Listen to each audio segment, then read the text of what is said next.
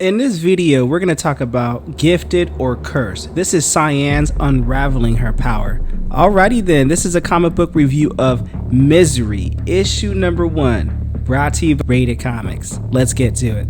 Now, we all know that this comic book takes place in the Spawn universe. Misery is Terry Fitzgerald's daughter. Even though Misery's not her name, Cyan is her name, but the name of the comic is Misery. So we begin this issue in New York City. It's about 6:27 p.m. It looks like a normal day, normal afternoon. There's a guy bumping on his Walkman headphones, just listening to music. We see the sign that says don't walk, now walk, and he just casually crosses the street just like any other day.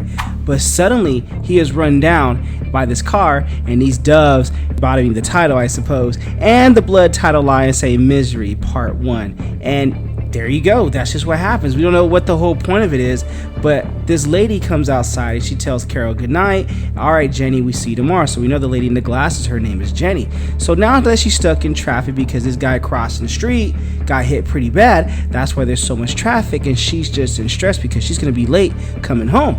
But you know, we don't know how much time that is, but she's super late coming home. So she looks at her phone at 6:46. Even though the beginning of the comic book started off at 6:27 p.m., she knows she's late. I think she sent a text message, and she didn't get home to Staten Island until about 8:12 p.m. And we see her husband looking pissed with the light shining on him, and the kids at the dinner table empty plated because you know they hungry. But on top of being hungry, he's pissed, talking about we've been waiting for dinner. Jenny is like, look, I sent the text. I don't give a damn if you sent your text. I'm hungry, and you're supposed to have dinner ready. So he tells the kids to go to their room, and you know it's not gonna end pretty after that.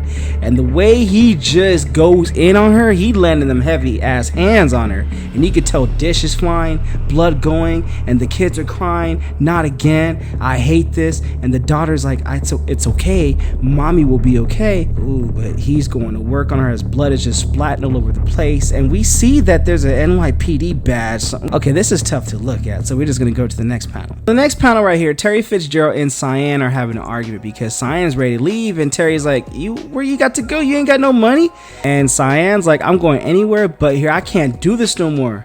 Do what? Says Terry. Stay here and watch do nothing to find mom's killer. Christ, not again, says Terry Fitzgerald. It was an accident. And it's a reference to Spawn Resurrection in issue number 1. And Cyan's not having it. She's like, that's bull jive. Open your eyes. It was never an accident. They killed her, and you've done nothing to find the people responsible for that. Nothing. And Terry's like, okay, why? Why would someone want to kill her? To get to me, says Cyan. Don't you get it? Or to find Uncle Al. Either way, they killed her. So I'll find them while you just do nothing and mess around and not find out.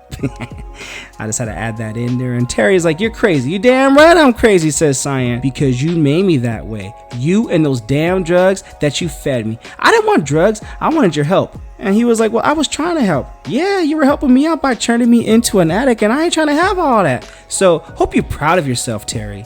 Well, she didn't say Terry, but that would be salty if she did. So she's like, now that mom's gone, do you know how much that hurts me? And we see that she just disappears, kind of getting a glimpse of her own abilities right now. And Terry's like, yeah, I know how much it hurts you. I do, but you're not the only one that's hurt. I lost a wife in the process. I just wish that we could. And before he could finish his sentence, he sees that she's gone, and he calls out for her name. And Cyan's like, Daddy, I'm here. I've been here the whole time. You just couldn't see me. Just like when I was growing up, you didn't see me. So she reappears again, and Terry's like, I don't understand. And Cyan's like, look, I'm different, Daddy. I've always been different. You were just too blind to notice. So minutes later, she gives Jake and Kate a kiss goodbye, and she tells them that she loves them so much. So Terry's like, well, where are you going? Or wherever you're going, you're gonna have a place to stay? Oh, don't worry, I've taken care of it. So she takes a taxi. Later in Soho in New York, she sees one of her friends at an overpriced coffee shop. She's just like, come on, girl, when I get out in 20 minutes, let's hang out, let's do something fun. It's been a while since they talked. They haven't gotten together in such a long time, but they want to go to this Thai place and catch up and have a little girl conversation, you know what I mean? So they go down to the subway and they start catching up on this conversation, just catching up like old friends do after you haven't seen them for a while. But these guys have something else in mind, and you can tell it's not good. Like asking the ladies they can tag along, and Ginger Girl, you looking good too. And she's like, mess off, we ain't trying to do nothing. Shoot, we're busy over here. And the guy's like, I'll watch that pretty mouth of yours, otherwise I got something to put in it. And Cyan's like, look, all right, we don't have to do this, okay? You guys do your thing, we'll do our thing, have a wonderful time. And they're pissed, whatever. So they go to the bathroom because they got to relieve themselves. But them guys from the subway, they come back with another brother and they want to do some kind of tongue action. I'll leave that up to the imagination. But homegirl's like, I ain't having none of that. Kicks him where he wanted to use it, you know what I mean? But yeah, the guy's just like, yo, that hurts. But the other brother is like, grabs her by the neck and tells Cyan, you better leave while you're still ahead. This ain't your fight, girl, you hear that? So he pops her. So now the guy sticks out his tongue and asks homegirl for a kiss. And Cyan gets up. She's like, no. Guy is about to whip it out right now. And Cyan goes to work on them. And she's enraged and she's pissed. And I don't know if she's using her powers right now or if Uncle Al taught her some skills to pay those bills. So she tells him, drop her. Brooke, run. Get help.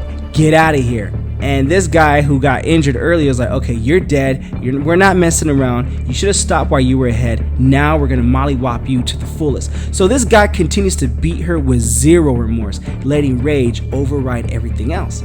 Leaving Cyan no choice but to fight for her life, so she grabs him, and that's when it happens, when Cyan's world shatters into the insane. The boy's worst memories blast forward, searing him with magnified visions of his most insidious actions, forcing him to feel the emotional pain he puts on others at 10 times the intensity of. So whatever pain he caused other people, he's getting that back tenfold. And Cyan, she also absorbs what he's feeling, then everything goes black. Later on, she's in the police department getting interrogated.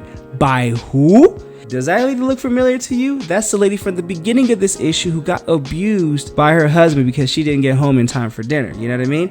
So she's asking her questions like, okay, the guys that attacked you, we find them unconscious. Do you know what happened? Nope, it was a struggle. I can tell by looking at your face, but the problem is their mouths are paralyzed. Do you remember anything? Well, no, says Cyan. I don't remember nothing. That's weird. Does she, or does she really not remember anything? We don't know. So the lady in the glasses tells her, here's my card in case you do. But I know this is hard, you've been through a lot, but unfortunately, if you won't give me your name or where you live, I'm required to phone Child Protective Services and have them pick you up. And Cyan's like, I know. Is it okay if I use the bathroom? And I guess that little vision right there of the badge with the blood on it, that was going back to when homegirl was abused by her husband. So I guess Cyan is feeling her and gets a little glimpse of what kind of personal life she's going through right now at home, and it ain't good. So Cyan goes to the bathroom, she's gonna wait for her outside, and Cyan weighs her options, but there's only one real path, and that's to disappear and leave. So we see Twitch, and Twitch is like, hey Jen, how things are going? And Twitch is like, I heard they brought a battered girl. How's she doing? And Jen's like, she's afraid, but she's also hiding something. She's a pretty tough cookie, but I just can't figure out what it is. And Twitch is like, you know what, girl, you'll figure it out, just give it time. And Jen's like, I know, but this one feels kind of personal. I hate what happened to her. It does feel personal because you went through that earlier. So Cyan in her translucent state walks right past him. She takes a taxi. Taxi driver is like, okay, where do you want to go? Is everything okay? And she gives him the address, and she sees a glimpse of her mom, Wanda, just smiling at her, and she tells Wanda, I miss you, Mom. And I wonder if that's a callback to the earlier Spawn issue in Spawn issue 354 or King Spawn, when Cyan was talking to Al Simmons about I see and talk to Wanda all the time. But so she arrives at the place, she gets out the car, and it's Granny Blake. And Granny Blake is like, is that you, Cyan? Woo, Granny Blake, how are you doing, baby girl? No, she didn't say that, but she's like, Granny Blake, how are you doing? And Granny Blake is like, I may be blind, but I don't ever forget the sound of someone's walk. Now come in here and give me a hug.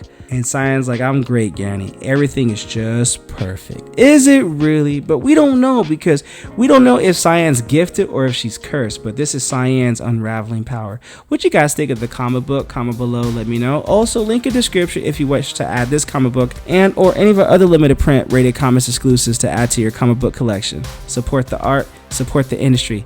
Lastly, this video is sponsored by coffee, so if you'd like to buy a boy a cup of coffee, link in description, or donate to the Super Thanks. But the greatest compliment you guys can do is by liking this video and subscribing to this channel. Thank you again for watching. Until next time.